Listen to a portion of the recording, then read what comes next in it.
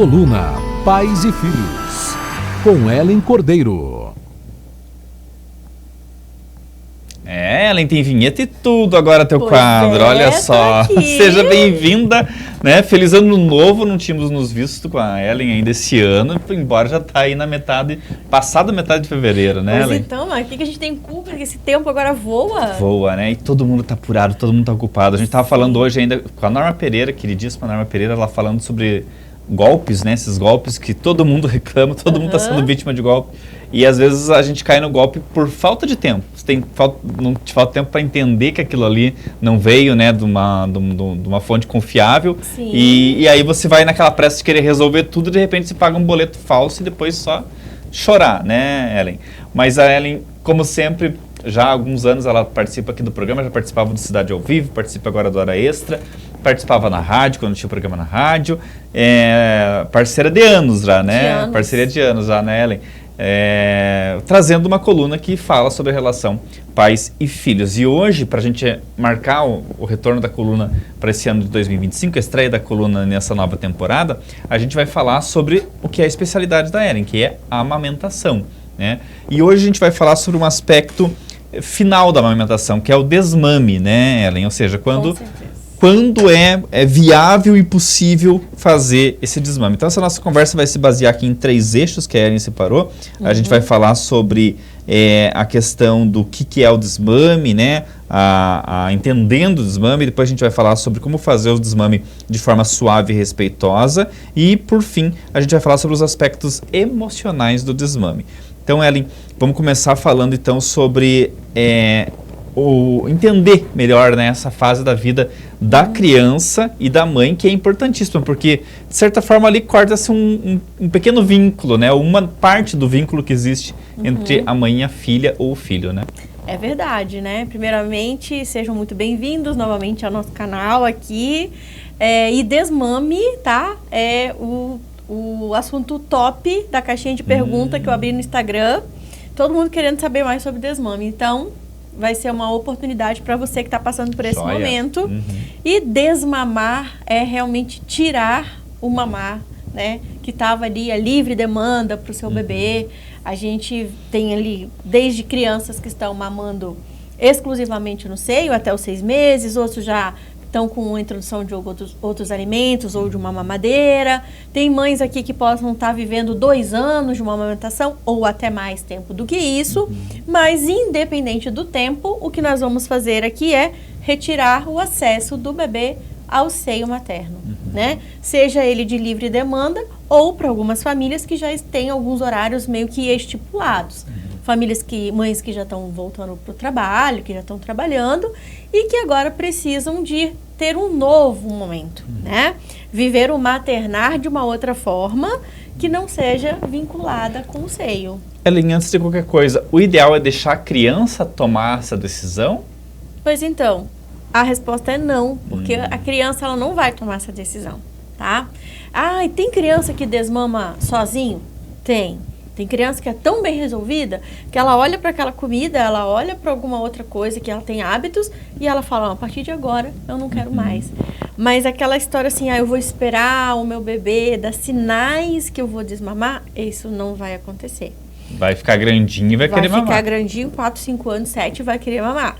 Porque mamar, além de vincular o bebê, né, a mãe de uma forma muito presente, ele também tem prazer em mamar. Então, não é só por uma questão de fome. E é típico do ser humano, né? Coisas que te fazem bem, ele vai querer a vida toda e não vai querer se desvencilhar, se desvincular daquilo, né? Então, o ideal é que parta da mãe essa decisão. E eu falo que qual é o momento certo do desmame? É quando, né, já passando ali para entendendo o desmame, é quando a mãe está pronta.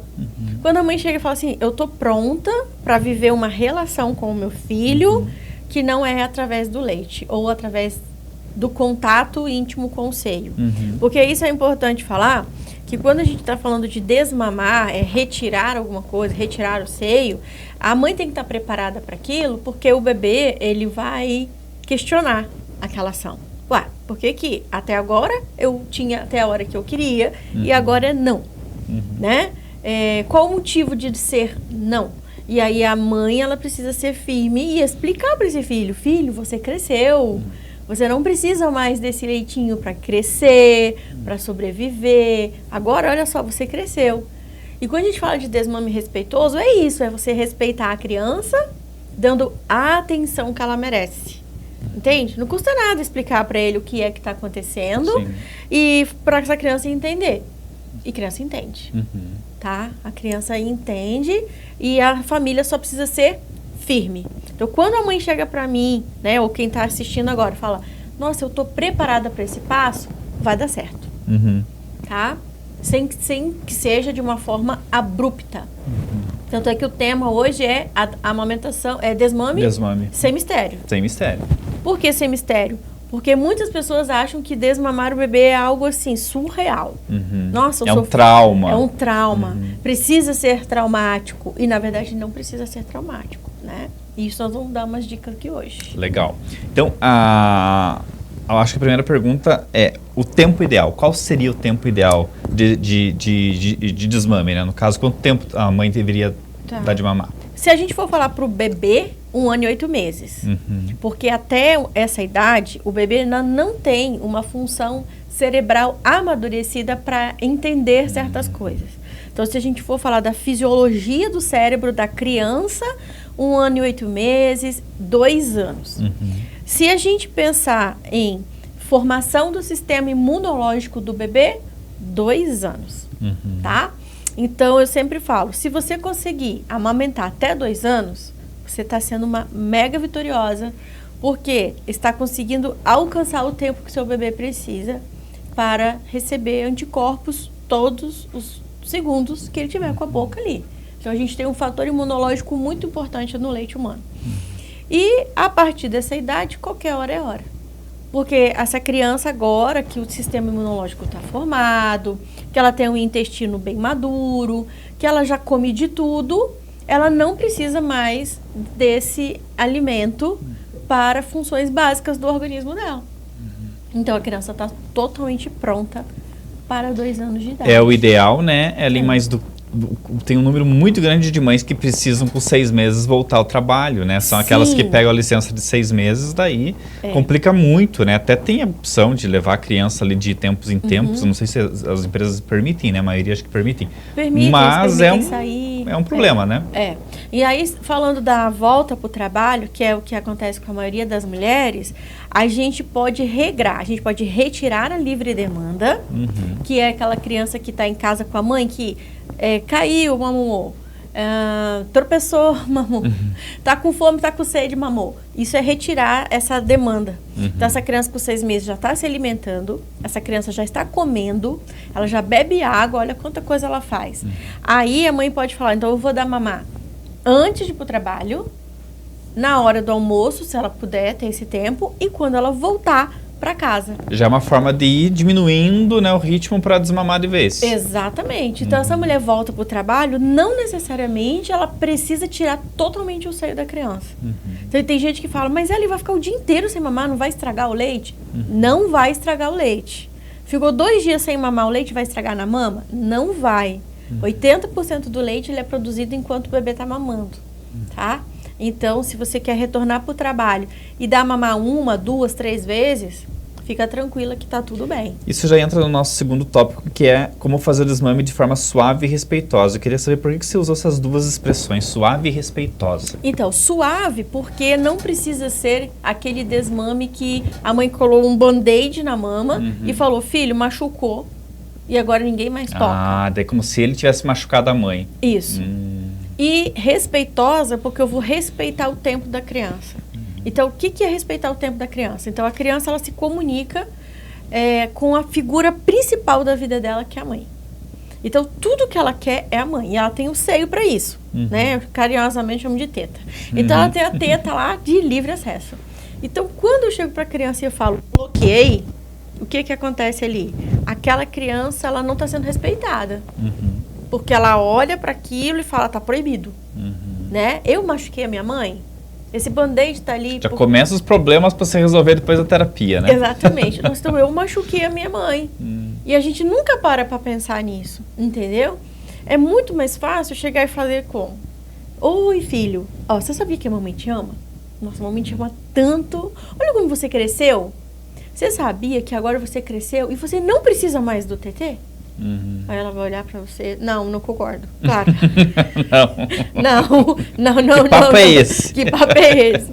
Entendeu? Mas aí eu vou explicando. Então, isso é respeito. Eu gasto um tempo com aquele bebê, com aquela criança, né? Primeiro ponto. 2 anos, vai desmamar, não tem mais bebê, tá? Mudamos o termo. Então, primeira coisa é chamar o bebê de criança. Então, você vai respeitar não o bebê, você vai respeitar agora uma criança que precisa começar a aprender com você o que pode, o que não pode, entender que o que é dia, o que é noite, que crianças fazem combinados, não fazem birra, e a gente falou muito disso já em outros programas anteriores.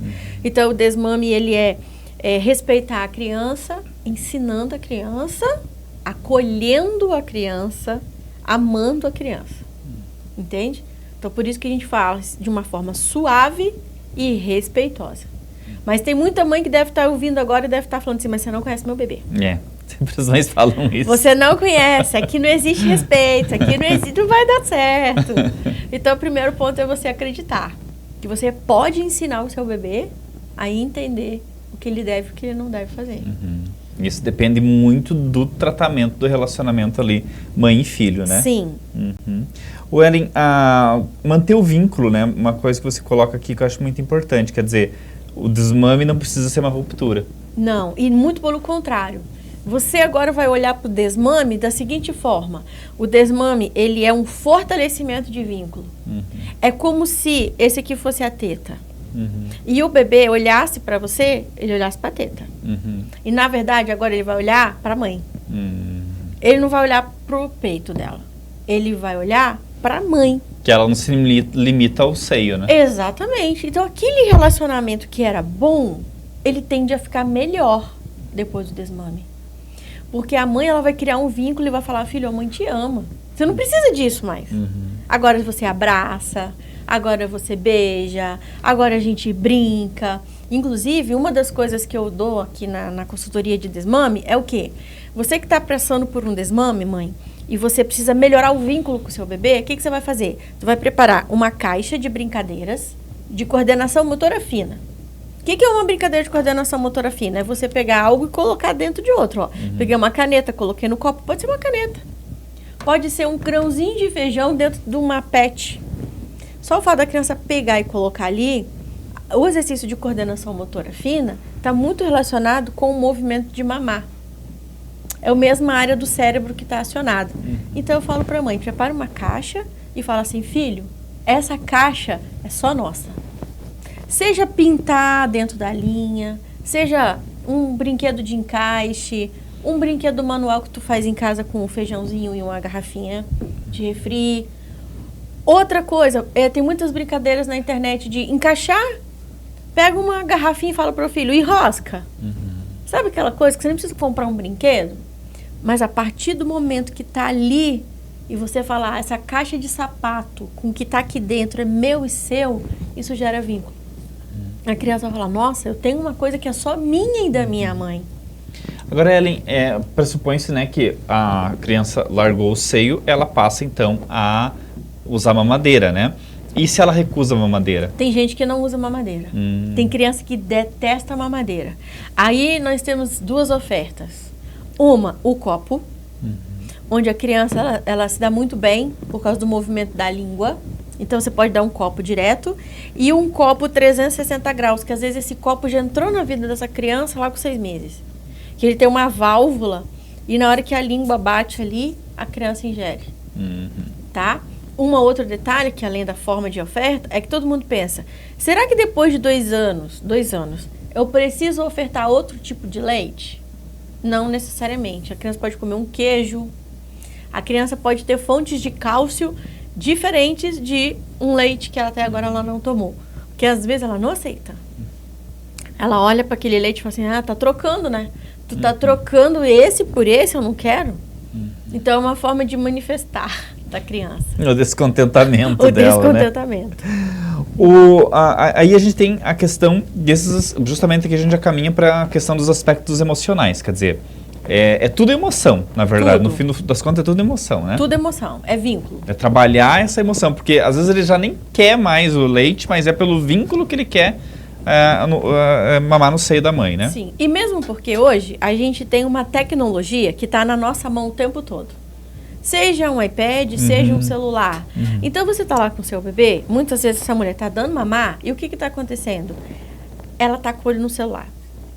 É muito comum mães terem mordidas nos seios. Por quê? Porque o bebê quer... Poxa, ela está aqui comigo e ela está olhando a TV, ela está olhando o iPad, ela está olhando o celular. Eu vou lembrá-la que sou eu que estou aqui com ela agora. E, e morde. Então, isso significa dominar a situação. Então, quando a gente tem esse acesso toda hora, a criança vai pensar o quê? Bom, se eu estava no peito e a minha mãe já não dava atenção, agora então ele faz uma guerra de fome ali. Ela fala, não, a criança sabe das coisas, a gente acha que não, a gente subestima e eles sabem. Então, por isso que é importante nessa parte emocional fazer o quê? Eu te amo, a mãe vai estar sempre aqui, você não vai mais mamar, mas a mamãe vai estar aqui com você. Por isso que é importante a mãe pegar um momento do dia, um brinquedo que é só deles, para trabalhar a segurança emocional da criança. Compensar, né? Compensar. O tempo, principalmente, que ela passa com ele, né? Isso, e no tempo que ela estiver com ele, que ela continue fazendo como era na mama. Não pega o celular, não fala com outra pessoa. É 15 minutos seu com teu filho? É 15 minutos vocês dois. Sem negociação. Interrupções, sem interrupções. Isso aí. Ellen, a questão da mãe se sentir culpada. Porque ela assim, ai meu Deus, mas acho que eu vou dar o seio. Ela cede porque tem receio de traumatizar o filho ou por culpa mesmo, né? Sim. E o choro leva a mãe a desenvolver uma culpa. Então ela tá lá, mas eu vou ceder. Porque tem muitas horas, gente, que a gente fala muito de educação de filhos aqui e o questionamento deles é no choro. Eles nos dominam desde a hora que eles nascem com o choro. E aí a mãe se sente culpada que tá dando um não para aquela criança. Mas não se sinta culpada. Tente trabalhar isso dentro de você, porque talvez seja o primeiro não importante que você vai dar para o seu filho. Não, aqui não tem mais, filho. Aqui acabou. Entendeu? Porque vão ter outros. A vida vai ser repleta de nãos dali para frente. Né? E então, por que não dar esse não de uma forma com muito amor? E ela entender que nem sempre ela vai ter tudo que ela quer. A gente acha que educar filho é uma questão lá na frente, né? E eu falo que não. Educar filho é desde a hora que você está ali definindo rotinas da vida daquela criança. Né? E se a gente consegue esse momento para colocar em prática, esse primeiro não, a gente vai ter um adulto muito melhor resolvido. Sim. Na vida inteira. Eu acho que não é nem uma conversa de vamos dizer assim, a ciência já provou isso, né? Que a própria condição emocional da mãe, quando está gestando, influencia na criança, né? Sim, na segurança, né? Que ela tem. Todo aquele critério. E para as mães que estão nos assistindo, estão nesse período, nessa fase difícil, o que você aconselharia elas fazerem se elas estão se sentindo desamparadas nessa decisão, sabe? No sentido, o marido não ajuda, não tem ninguém próximo. O que ela pode fazer para buscar um apoio nisso? Uma das coisas muito interessantes que eu vou deixar aqui como sugestão, tem um livro que vende na internet que é Entendendo o Cérebro da Criança. Se você puder comprar, adquirir, eu não trouxe o nome do autor aqui, mas depois a gente pode mandar, ele ajuda muito você entender o que seu filho está passando e como você vai ensiná-lo a vida inteira. Outra coisa é realmente buscar apoio. Hoje a gente tem a internet, né? Eu tenho a minha página que fala sobre desmame. Eu tenho uma consultoria de desmame, que é um momento que a gente faz no consultório, a mãe e o filho, onde eu explico um passo a passo para isso. Tem o Instagram, tem o YouTube. Hoje a gente tem acesso muito grande. E colocar lá, meios para ter um desmame respeitoso e suave para o meu bebê. Vai aparecer muita coisa. É só a gente usar essas duas palavrinhas-chave que a gente usou aqui nessa entrevista hoje, né? Ser suave e respeitosa, tá? Hoje a gente tem muita coisa boa nesse sentido.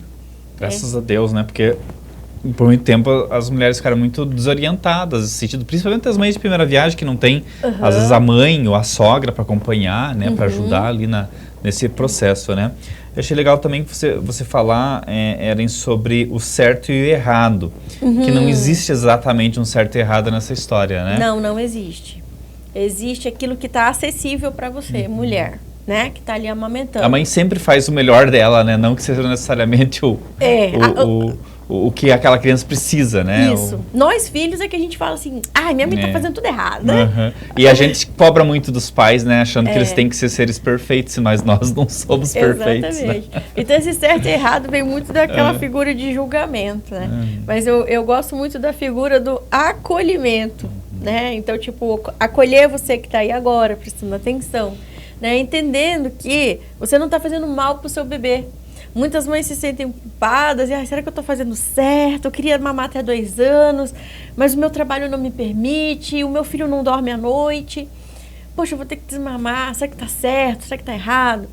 Então, a ideia é você colocar na balança aquilo que é importante para a circunstância que você está vivendo naquele momento, né? E tirar essa ideia de certo e errado.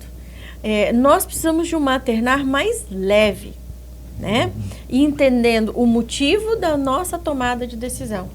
Se a nossa tomada de decisão ela é consciente, ela é embasada, e eu tenho certeza do que eu preciso fazer, às vezes não é nem do que tu quer fazer, mas do que tu precisa, pronto. Vai na fé, vai na tranquilidade, se enche de autoridade e coloca o plano em ação. Entende? E deixa pra lá esse negócio de estar certo ou errado. Eu falo sempre que a mulher, a mãe, o pai também, eles fazem o melhor para os filhos nas condições que eles têm. E não necessariamente o melhor seria o suficiente, mas é o melhor. E via de regra o filho nunca vai achar o suficiente, né? Tem essa também, né? Deixa eu cumprimentar nossos espectadores, o Osmar, que está com a gente aqui, a Eliane, mandando o afeto dela pra gente. Hoje um dia silencioso com a notícia desse acidente, a gente vai falar daqui a pouquinho, né? O acidente que vitimou o empresário canoense ontem, né? O Davé, né? Davé. E a gente vai falar sobre isso, tá, Eliane? Também ela tá mandando um abraço pra gente aqui, dizendo que Deus conforte a família deles e amigos, né? Boa tarde, Dinei, chuvinha pra refrescar, vem? Ótima quinta-feira, abraço, ficamos na escuta. Eu acho que vem, né? Tá meio assim, né? E a Helines também tá dando boa tarde, cumprimentando a Ellen também e desejando aí uma ótima quinta-feira para todos nós, um finzinho de quinta-feira já, né? Então, Ellen, para a gente concluir e fechar esse assunto, né, vou deixar espaço para você concluir algum aspecto que a gente acabou deixando passar desse assunto, mas eu acho que ficou muito bem delineado para as mamães aí, né? Sem culpa, sem pressa e sem forçação de barra. Acho que é isso, é o resumo, né, Ellen? Com certeza. Falar para o seu filho sempre, né? Ame-o e diga que ame, né? Demonstre isso nas suas atitudes e com certeza se você está passando por um processo desse vai ser mais fácil do que você possa imaginar. Quando o teu filho olhar no teu olho e perceber que tu tá segura do que tu tá fazendo, é uma coisa assim bem natural. A gente fala que ele é às vezes suave ali, às vezes demora um pouquinho mais, mas depende muito da firmeza da mãe. Então seja firme e vai que vai dar certo, né? Já deu certo até aqui, para quem já está amamentando. Vai ser só mais um Todos passo. sobrevivemos ao desmame. Todos. Né? Muito bem, obrigado, Ellen, mais uma vez. Todo mês a Ellen está aqui, tá com o quadro Pais e Filhos, falando sobre então essa relação tão bonita, tão complexa e às vezes difícil, às vezes fácil, né? Isso aí. Mas sempre enigmática. Exatamente, sempre cheio de pormenores. Obrigado, Ellen, até o próximo mês, então. Passa teu @ para o Instagram, pro pessoal te seguir. Ellen Cordeiro, amamentação. Ah, tá jóia. Você mudou agora, então. Você mudou agora, né? Era consultora Mater. Isso, agora Ellen Cordeiro, amamentação. O pessoal lá que tá mexendo nos meus cursos fala, Ellen, acho que tá meio difícil. Foi na numerologia, você não foi na numerologia. Não, ele falou assim, tá meio difícil, vamos encurtar. Tá certo, Ellen, obrigado.